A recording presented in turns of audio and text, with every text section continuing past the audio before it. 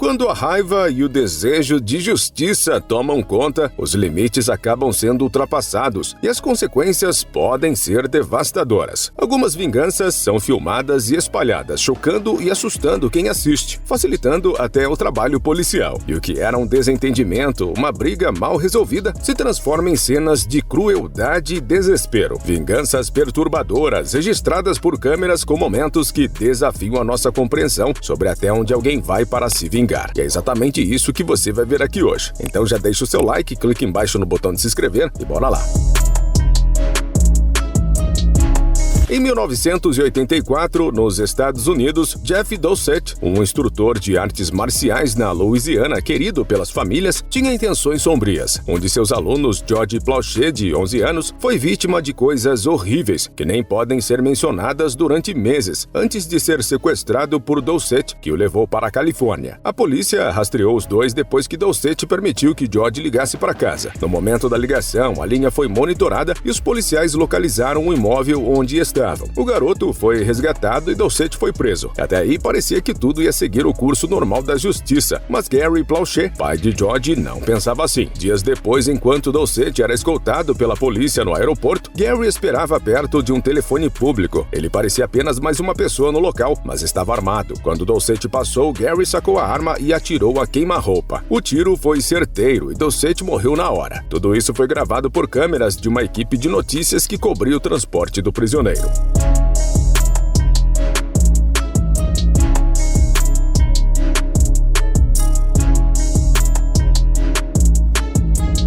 A cena foi chocante e Gary foi preso no local. Apesar disso, ele recebeu muito apoio público. Muita gente argumentava que ele apenas fez o que qualquer pai faria. No tribunal, Gary foi condenado a 5 anos de liberdade condicional e serviço comunitário, ou seja, não passou um único dia sequer atrás das grades. George, anos depois, comentou que entendia a atitude do pai, mesmo reconhecendo que foi um ato extremo. Hoje, ele trabalha conscientizando pessoas sobre os perigos em torno das nossas crianças, encorajando vítimas a buscarem ajuda.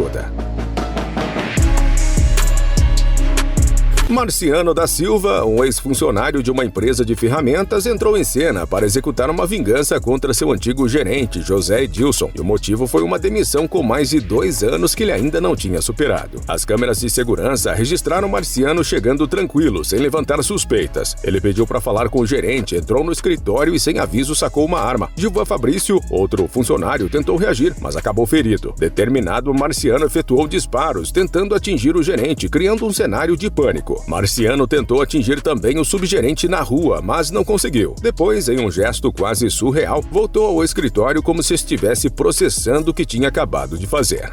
O ataque foi motivado por um rancor profundo que Marciano tinha desde sua demissão, depois de mais de uma década trabalhando na empresa. Ele culpava o gerente pela situação e já tinha feito ameaças. Mesmo assim, ninguém acreditava que ele chegaria a esse extremo. Funcionários alertaram que o gerente tinha sido alertado sobre as ameaças e aconselhado a denunciá-las, mas parece que ele subestimou o perigo.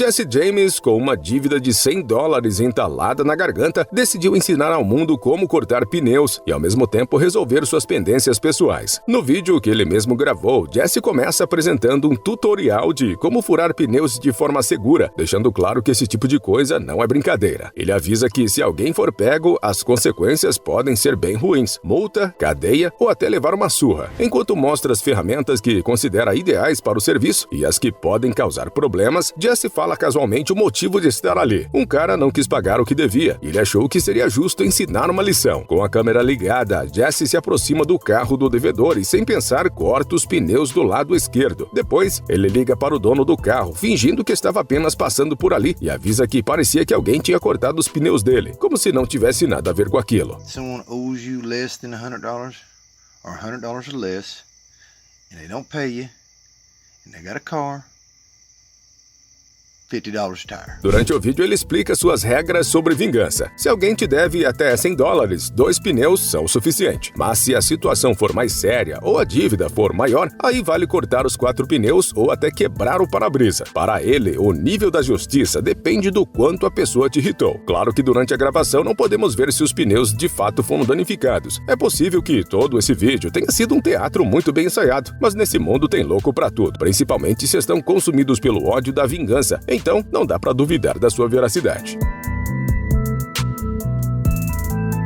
Em um momento totalmente inesperado, uma mulher decidiu fazer justiça com as próprias mãos e quase tirou a vida do ex-marido. Lenise foi até o apartamento onde ele estava e armou uma emboscada. Ela se escondeu dentro do armário e esperou o ex-marido entrar no quarto. Quando ele entrou, ela disparou contra ele sem aviso. As imagens da câmera de segurança mostram Lenise rondando o prédio antes de finalmente arrombar a porta do apartamento. Depois disso, ela se escondeu dentro do apartamento e esperou. Quando o ex-marido chegou, ela saiu do armário e disparou. Wellington foi atingido, mas conseguiu se defender, desarmá-la e manter a situação sob controle até a chegada da polícia. O síndico do prédio ouviu o disparo e os gritos de socorro e logo chamou a polícia. Lenise foi presa e mesmo que tenha alegado que estava se defendendo, as investigações mostraram que o ataque foi planejado.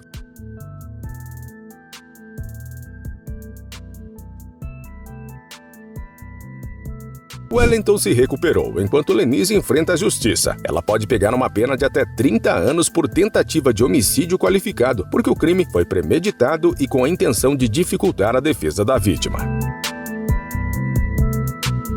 Um dos casos mais chocantes de vingança aconteceu dentro de um tribunal, quando Mary Ann Bashmeyer, mãe de uma menina de 7 anos chamada Anna, atacou o homem que tinha tirado a vida de sua filha. Klaus Grabowski, o criminoso, sequestrou Anna, alegando depois que a menina teria tentado incriminá-lo. Grabowski manteve Anna em cativeiro até ela não aguentar mais e sucumbir. Ele foi preso depois que sua noiva denunciou o crime à polícia. No julgamento de Grabowski, que aconteceu em Lübeck, na Alemanha, Mary Ann não conseguiu mais esperar por justiça. Ela entrou no tribunal com uma arma escondida e no terceiro dia do julgamento, tirou a pistola e disparou 7 vezes, acabando com Grabowski. Durante o julgamento, ela disse que agiu como se estivesse em um transe, com a imagem da filha na sua frente. Ela também escreveu um bilhete dizendo: "Mãe fez isso por você, Anna", e desenhou 7 corações representando a idade da filha.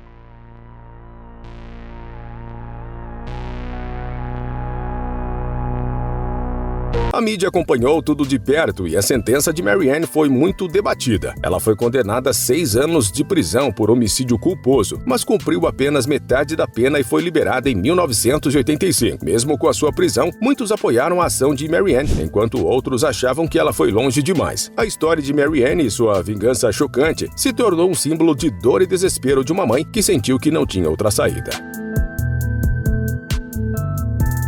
Um policial estava trabalhando quando seu celular apitou, avisando que sua casa estava sendo invadida. Ele viu tudo pelas câmeras de segurança, que detectaram o movimento, e logo percebeu que tinha ladrão na sua casa. Sem perder tempo, ele correu até lá e conseguiu prender os criminosos. Um dos bandidos ainda tentou escapar, mas foi cercado pelas viaturas da polícia. Tudo aconteceu numa rua estreita na zona norte da cidade. A polícia estava em cima da situação e o carro dos criminosos estava parado. Quando um deles desceu do veículo e tentou fugir correndo, o motorista ainda tentou dar ré e bater em outro carro, mas não teve jeito. Ele desceu com as mãos para cima e foi rendido na hora.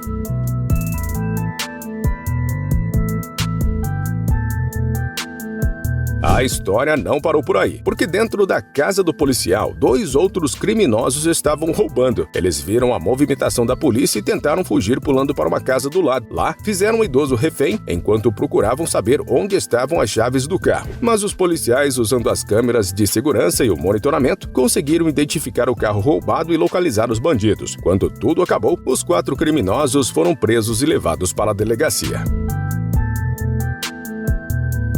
Em São Paulo, na Zona Norte, um caso bastante grave foi registrado pelas câmeras de segurança. Anthony Matos, de 22 anos, teve sua vida tirada por um tribunal do crime, depois de ser flagrado em diversas ocasiões importunando as mulheres da região. Ele já tinha um mandado de prisão por esse tipo de crime, mas antes da polícia agir, os criminosos resolveram fazer justiça com as próprias mãos. Anthony foi pego e levado para um local onde as sentenças são dadas de maneira brutal, perdendo sua vida imediatamente. Além disso, ele foi filmado em flagrante, cometendo o crime em público, o que revoltou ainda mais quem estava por perto. A gangue, conhecida por aplicar justiça desse tipo, decidiu agir. A polícia confirmou que, de fato, era o mesmo homem flagrado nas câmeras cometendo os crimes. Apesar de o comportamento dele ser claramente inaceitável, a forma como ele foi eliminado gerou discussões sobre até onde vai os limites e a tolerância da sociedade com quem comete essas barbaridades. Hã?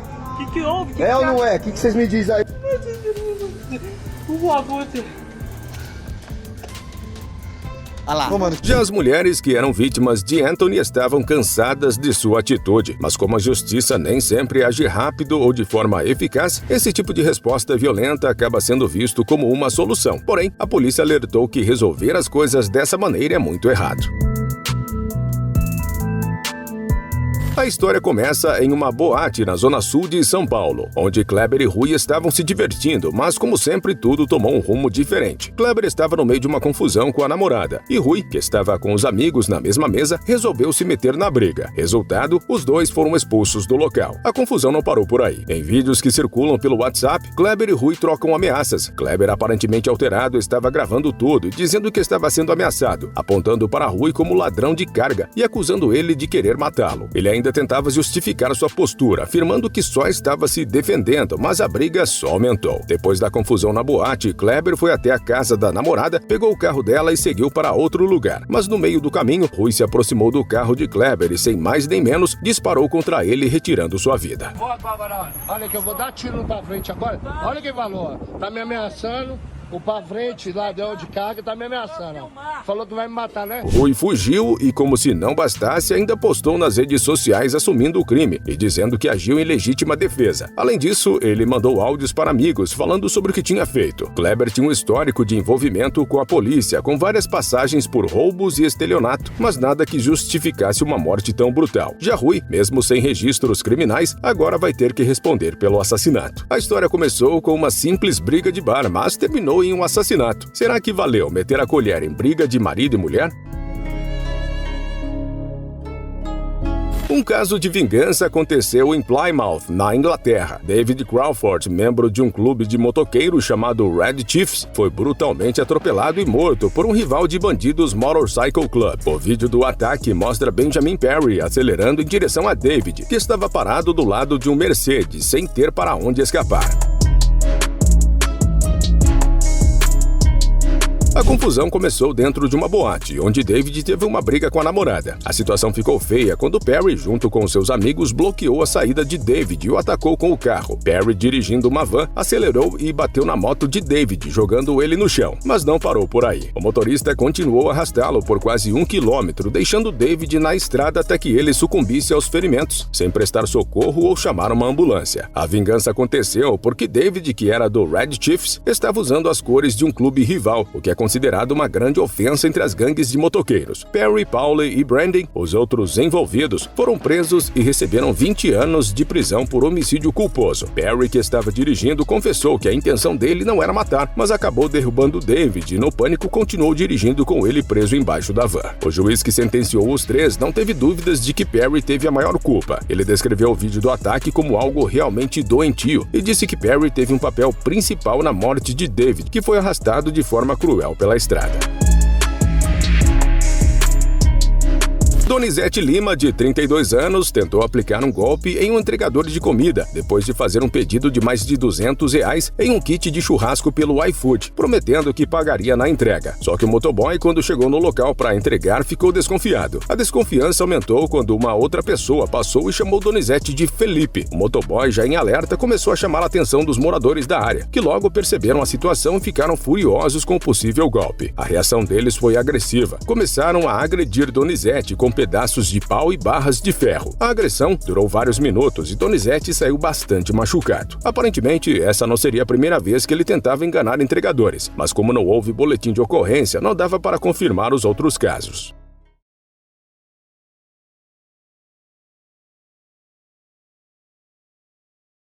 O entregador ficou desconfiado porque Donizete queria pegar o pedido antes de pagar, e isso não é comum. Quando a comunidade soube do que estava acontecendo, não pensaram duas vezes, fizeram justiça com as próprias mãos. Donizete ainda tentou se passar por outra pessoa e aplicar um golpe maior, o que aumentou a revolta. O caso foi registrado em vídeos que começaram a circular nas redes sociais, mostrando a fúria da comunidade e a vingança que não teve perdão. No mundo do crime, tudo é baseado em regras. Quebrar essas regras ou trair a confiança de uma facção não sai barato. E muitas vezes, essas vinganças são registradas em vídeos que mostram o lado mais sombrio da humanidade. Um caso que chocou foi o da loirinha do tráfico, Karina Regiane de Assis. Ela fazia parte do PCC, mas decidiu sair e entrar no Comando Vermelho. Essa mudança de lado custou caro. Karina chegou a divulgar vídeos confirmando que estava começando uma nova fase no Comando Vermelho. Só que a resposta veio rápida. Ela foi emboscada e atacada por membros da sua antiga facção que efetuaram vários disparos. Nada, entendeu? Só tô trabalhando mesmo. Aí, entendeu? Onde eu moro é CV. Onde eu moro é CV e eu tô fechando com o CV de novo.